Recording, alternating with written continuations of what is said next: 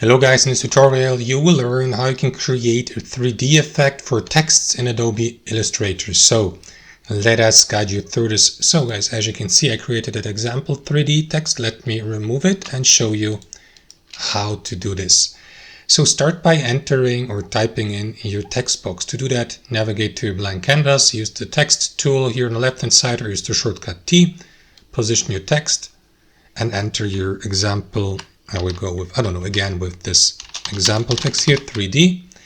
Now, of course, you may resize the text and the font here to the right if you like. You may change the font. We can go, for example, with one that looks somehow wider or thicker like this. And you may also use bold letters if the given font supports that. I leave it up to you guys.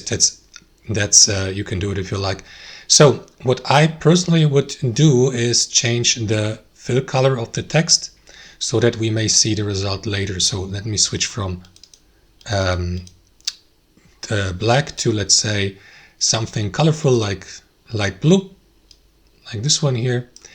And after that, what you want to do is right click into your text box, select, left click into your text box,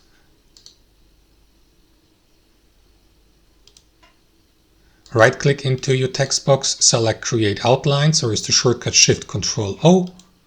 And now you may resize the text if needed. Let me position it here in the center of the canvas or artboard. Now it's time to apply the 3D effect. So what you will need to do prior to that, guys, is enable the 3D panel or tool panel. To do that, navigate to window at the top and choose 3D and materials. Then it will pop up here. So you may position it somewhere here so that it doesn't interfere with your canvas. And then navigate to object and select the 3D type, like plane, extrude, revolve for, ellipses or circular shapes. I will go with extrude. And then you will see the default effect applied already, but you can of course customize that by adjusting the depth here, by moving that slider, the 3D effect depth, or you may use the twist angle here, for instance, to make your text look like that if you like that. So I will leave it at 0 angle here, and so on and so forth. So guys, once that's done, you may also use these handles here in the center of the text box to rotate your 3D text. For instance, if you click into that center handle here in the very middle and left click and hold your left mouse, you will be able to apply a custom angle like this by moving your mouse so that you may find your preferred angle.